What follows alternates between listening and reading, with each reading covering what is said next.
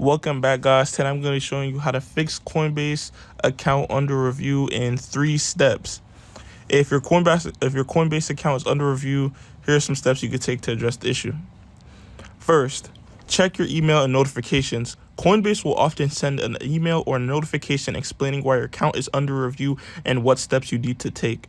Make sure to follow any instructions provided in these communications. 2. Verify your identity and information. Log into your Coinbase account and ensure that all your personal information is accurate and up to date. Complete any pending identity verification steps. This may include uploading documents such as government-issued ID, proof of address, or taking a selfie. And last and third one, contact Coinbase support. If there is no clear reason for the review or if you need further assistance, contact Coinbase support. Go to the Coinbase support page and submit a support ticket explaining your issue. Provide any requested information promptly to help expedite the review process. It's very important to be patient as reviews take a few days or time to resolve.